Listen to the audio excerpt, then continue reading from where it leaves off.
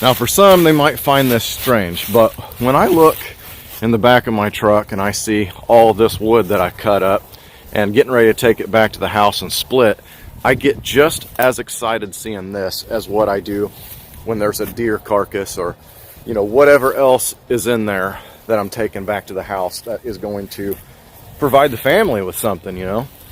And the reason I get just as excited, because I know that I've skipped the middleman.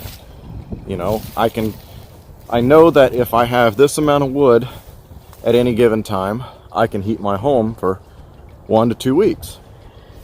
Now we still set our thermostat at about 50 degrees and then burn this throughout the evening time to take the real chill off. And then when we go to sleep, we just kind of let it taper back off, and we wake up and it's a little bit more cool in the house, but who cares?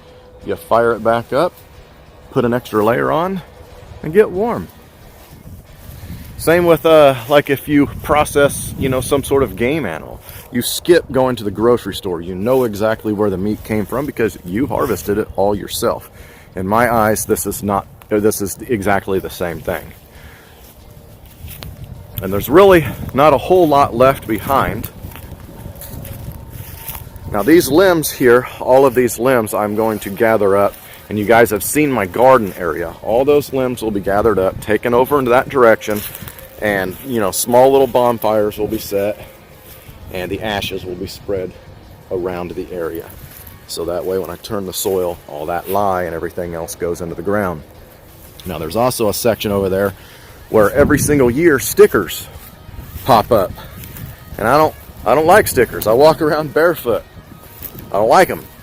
So in those sections, when I burn, it prohibits them from growing back in those areas unless I was to turn the soil over.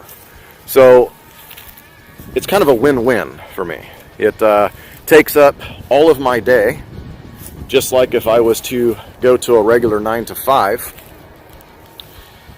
and instead at the end of the day receiving, you know, $150, $200 or whatever it may be for whatever particular job I may have done, I come home and, well, I don't even have to come home. I'm just already at home, and I, like I said, skipped the middleman and got it all myself. The other thing that it helps me with is, you know, the older I get, the harder it becomes to find peace in your heart, peace in your soul, peace in your mind. You know, we are, as adults, we get bombarded with so many, just so much shit. And some years are worse than others. It's like, and when you get bombarded with that stuff, it is just, man, it's hard not to just completely lose your mind. And I find that me doing this stuff, it really helps control the way that my mind thinks, you know, my positivity levels, all of that stuff. It really does help for me. It's not going to be for everybody. Some people want to go and make $100,000 a year so they can own a Corvette, you know, or something along those lines. That's not me. Money has never, I mean, don't get me wrong, I love money. I'd like to have a hell of a lot of it, so that way I don't have to stress about things. But it is what it is. I'm going to continue to work and do these things. And, you know, I'm not going to lie. This year, it has been the hardest year of my life, of my adult life, financially. It's very hard to try to do this kind of thing.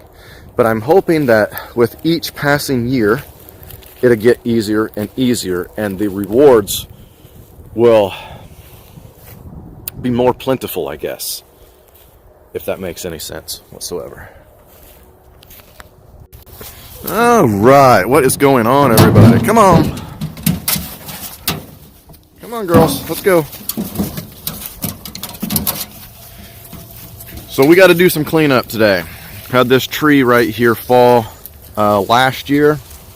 It's been sitting here for far too long, and I need to recover some firewood as well. So there's actually a pretty decent amount of firewood in this. About 2 weeks worth maybe in the fireplace. Now if I had a wood stove, it'd last a hell of a lot longer, but I don't. And we have a fireplace, and yeah, it'll still last a couple weeks. And then I'm gonna probably try to do the same thing around the rest of the property. Try to get me a good stockpile up and go from there. Now, one of the things that I did want to talk to you guys about was my chainsaw. I've got several chainsaws. I've got a Craftsman, it's like a 21 or 22 inch. I can't remember for sure. It's a big boy, very heavy. Then I have a couple, oh Jesus, they're Home Depot's brand. Can't think of the name for the life of me right now. Poplin, something like that. And you know, a lot of people do not like those saws, and I'm not one of them. And I think the most of the reason why people dislike those saws is because they either have their fuel ratio mixed wrong, or that brand is also notorious for the carburetor vibrating out of whack. So you definitely want to invest in a good carburetor adjustment tool if you want to really run one of those Poplin brands from Home Depot. I know everybody loves the brand Skill. I just personally cannot afford one at this time. Now, when I can, that's my holy grail of chainsaws. But the one that I've been using for over a year now, and when I got this, I was actually pretty convinced that I was going to be thoroughly disappointed, but I was not. In fact, it is my go-to chainsaw, and I think a lot of you guys might be a little bit surprised too. Ryobi. It is a little 16-inch Ryobi chainsaw, and this thing has been an absolute beast for me so far. I remember when we first moved out here, I bought a DeWalt miter saw and a set of DeWalt drills and impact gun, and the miter saw was fabulous. Made a lot of projects, fortified my chicken coop, all that fun stuff with it. But man, when it came to the drills and the impact, the batteries sucked. I mean, they would last for 10 minutes and then that was it. I mean, even if they went 10 minutes, that was it. And I thought, you know what, this got to be a fluke. So I bagged them up, took them back to Home Depot, exchanged them, and got another set. Brought them home. Lo and behold, same damn thing. So I said, forget it. You know what? Forget it. So I talked to my dad, and he was telling me that the brand that he really likes is the Ryobi brand.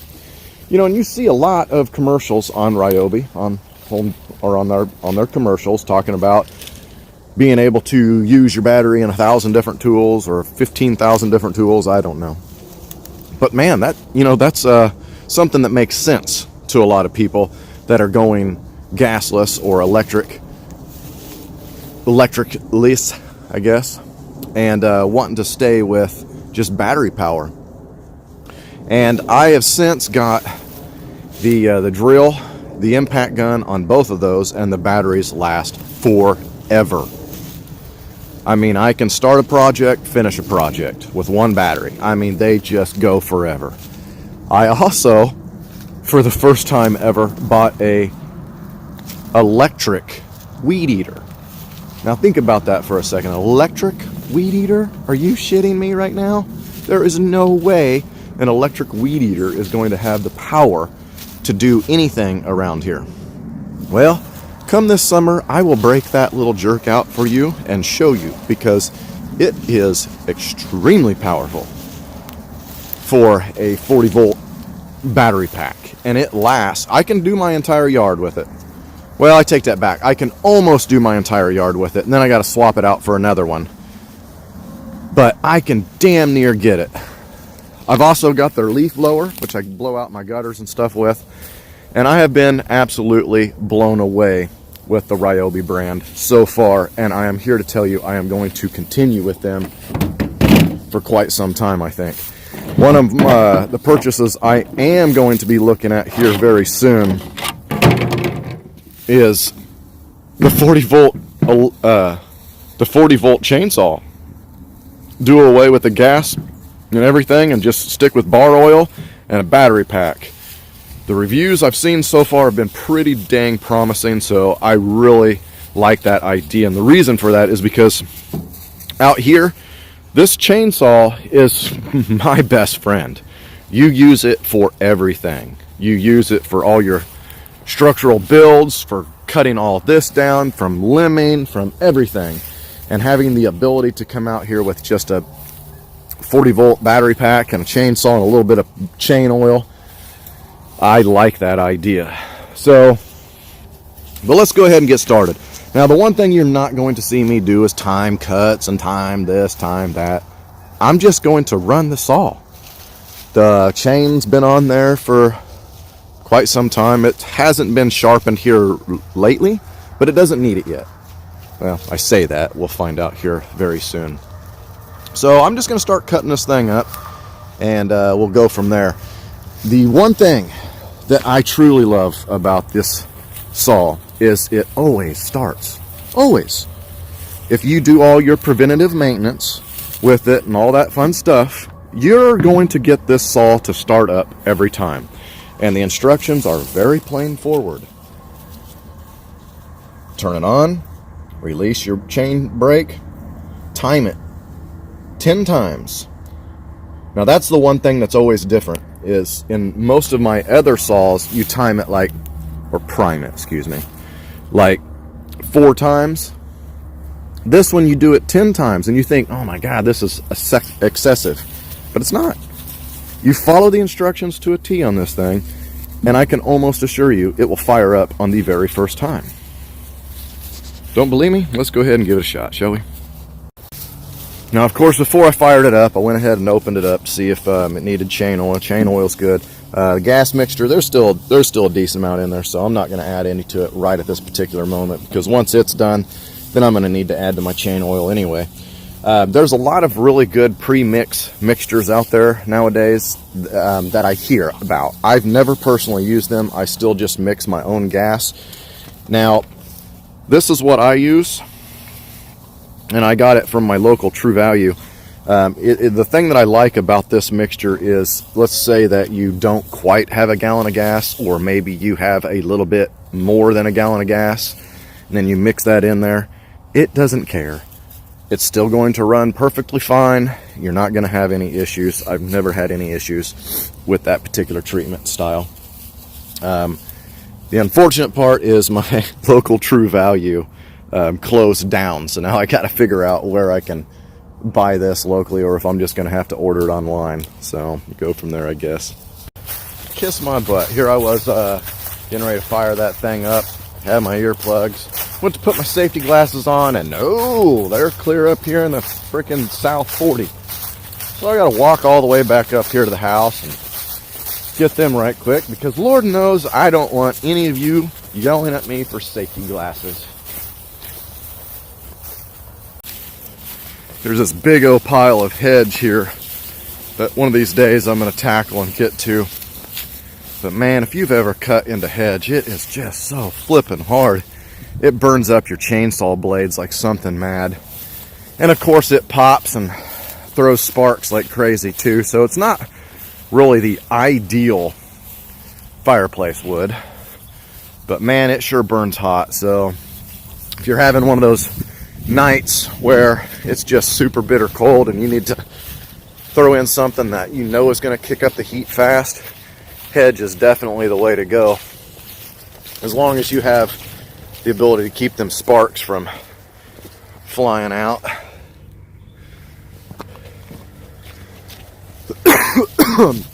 I'd mentioned that I was working on this area over here trying to get the power going. I didn't put the power in. We actually hired a licensed electrician to come out here and redo everything. And, you know, I just did all the tree trimming and all that. He did a fantastic job. It's all clean. Got this stock tank set up. I haven't got my heater in it yet. But we now have water out of this pump as well. So that's definitely a plus. Well, heck, now I'm glad I left my safety glasses at the house, because when I'm walking up to my truck, the lights are still on. Probably wouldn't have noticed that with the tailgate. I guess the tailgate ain't gonna have anything to do with it. But from the rear, it's a little bit harder to notice during the light hours when your tail lights are on. So there's always a blessing in disguise with almost everything, I think.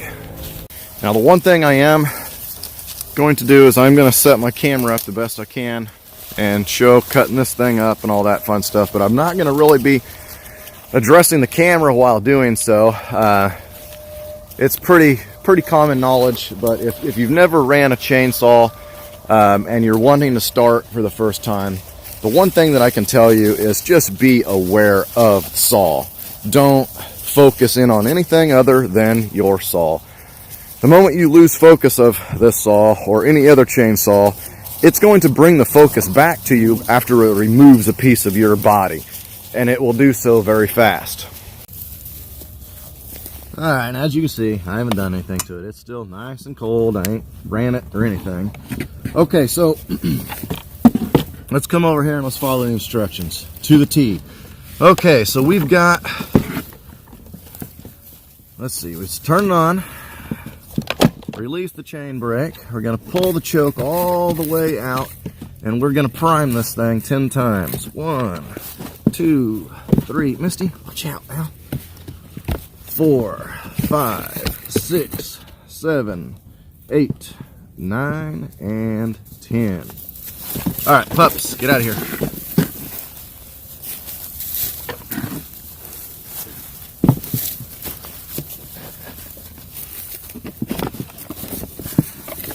Pups, back up. All right, once it does that, we're going to put the choke into the middle part, fire up.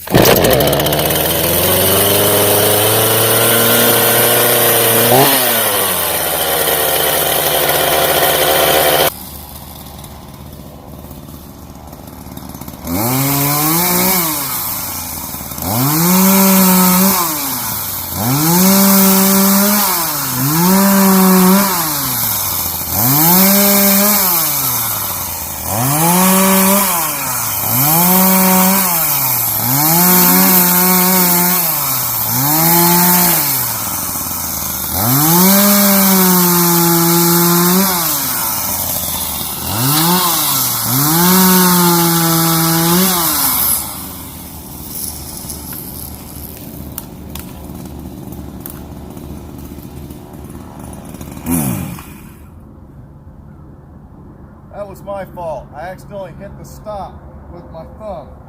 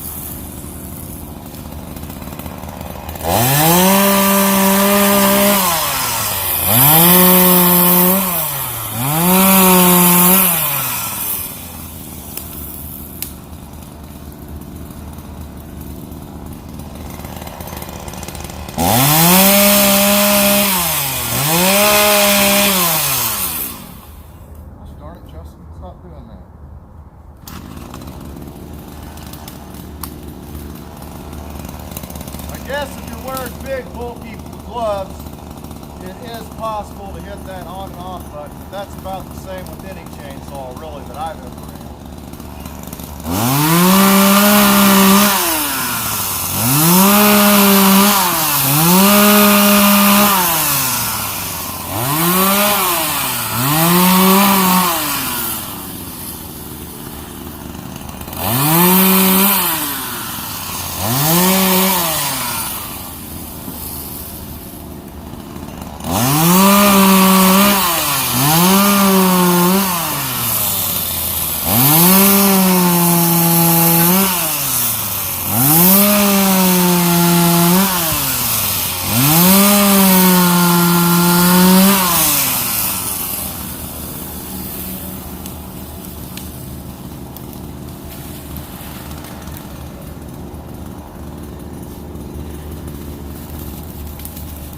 And in maybe 5-7 minutes, I mean, I had this thing completely de-limbed, and now it's just a matter of cutting this off into sections to take back home and put it in the splitter and get it ready.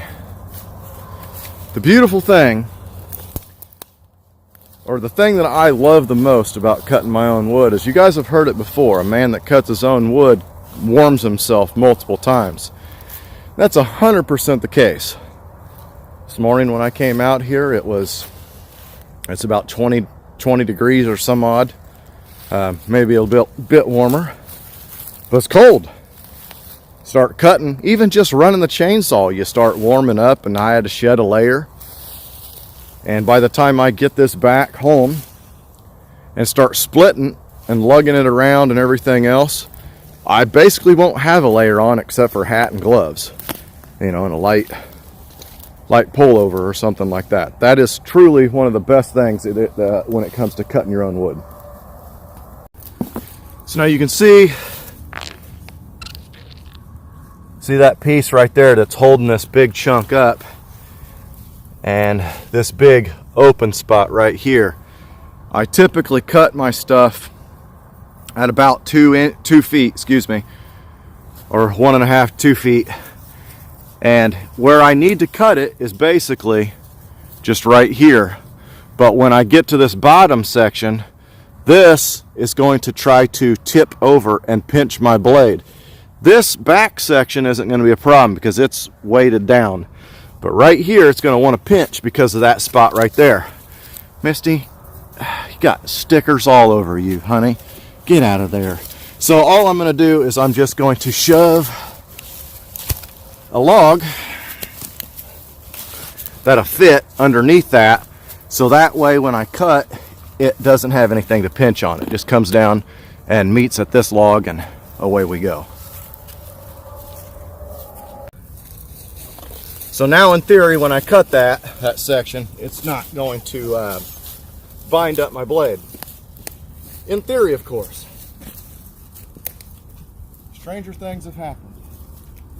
Misty, please get out of there, honey, and don't knock over the camera. Watch out. Yeah, good. Thank you.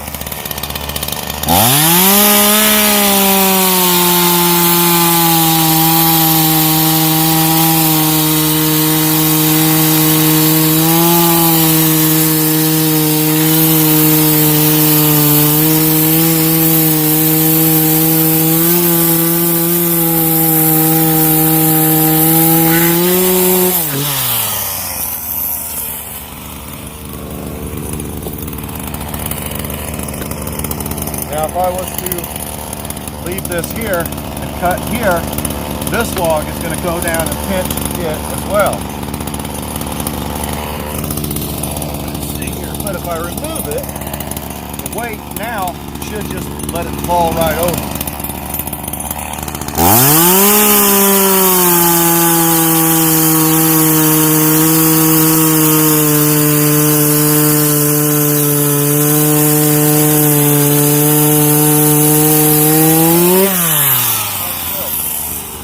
So I'm sure you guys have heard of the term meat crisis. Well, the reason why I'm getting very excited about all this wood today is because I'm finding myself in a wood crisis. You can see that some of the stuff here I still need to split, but all I have was just that little bitty right there, and then up here on my front porch I have just a tiny amount. So I was definitely in need. Now, the thing that really saves me these days is for the past 3 years I've been using this 27-ton Craftsman Log Splitter here, and it's been just an absolute godsend. Most of the trees that we cut and split here in Kansas and really use for firewood is elm. I mean, literally everywhere you look, it's just elm trees, elm trees, elm trees. I mean, there's evergreens as well, or excuse me, cedar, but mainly the type of wood that we really burn around here is elm, because that's what we dominantly have. We don't have a wide variety of trees. Now, I don't know if you've ever tried to split elm with an axe, but if you have, good luck. It is just god awfully tough stuff, and it's extremely splintery. not splintering, excuse me, stringy. And so you're better off with just splitting wedges because you just work your butt off. So this log splitter has just been an absolute godsend. Now this year is what I'm doing is I've actually just got it sitting on a tarp, and then when not in use I pull the tarp over it and everything to keep the elements out of it. But the reason I've got that down there is when you're splitting your wood, this bark is going to come off, and when it does, it lands right on that tarp, and then I can roll my log splitter out of the way and drag the entire tarp out to my garden area, and again make or put it in with the fire and spread the ash and all that good stuff. At some point I am going to look at a way to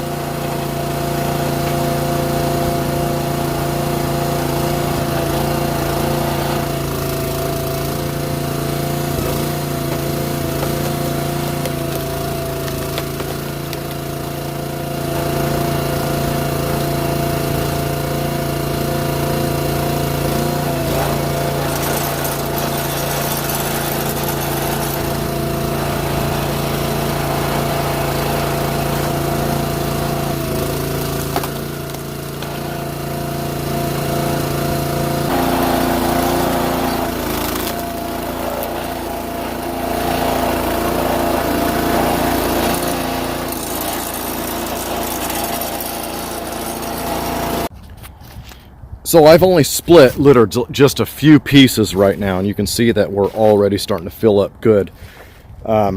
Something that if let's say for example you don't tarp this, which you always want to cover your wood, especially if it's outside storage, because it's going to snow, wet, or rain, all that fun shit on it. And trying to get wood that is wet to burn, it's doable, but you know, it takes away from the heat and everything else, and it's just a struggle. If you don't have a tarp, I think I seen Brandon Jacobs do this, and if I'm yelling, I apologize, I've got earplugs in. You can see that as I'm doing this, like I told you guys, the bark was going to fall off, and some of those larger pieces are actually quite large, which you can turn over and kind of stack them to make shingles to protect your wood if you don't have, like I said, a tarp. Now it's not ideal, but it gets the job done, plain and simple. So if it was Brandon that I seen do that, appreciate it. I know the moment you guys seen that big bastard, you were curious to split it. Well, let's see.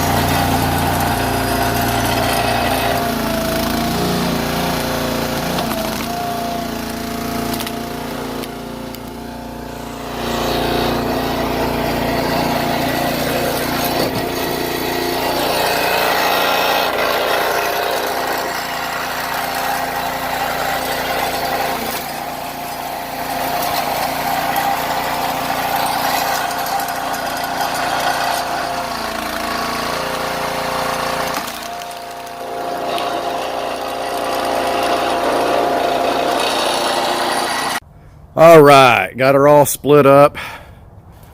Got a pretty damn decent amount out of that tree. So I went ahead and pulled this out of the way, and as you can see, this is what I do. I kind of just pull the tarp tight and everything kind of gathers in the middle. Just gonna cross this over. I'm gonna go drop it off over there in the garden, and on a future date, we're gonna burn it. All right, now the only thing that's left to do is to sit back and reap the rewards of all that work. Yeah, like I said, you know, it's not for everybody. This means a lot more to me than walking over to the thermostat and turning it up, though. This lets me know that the work that I did provided my family with something other. Yeah! What the what? How are you just gonna photobomb like that? Because it's fun. I did it on What are you doing? You'll love it. Kids. He loves it. Have a good one, y'all.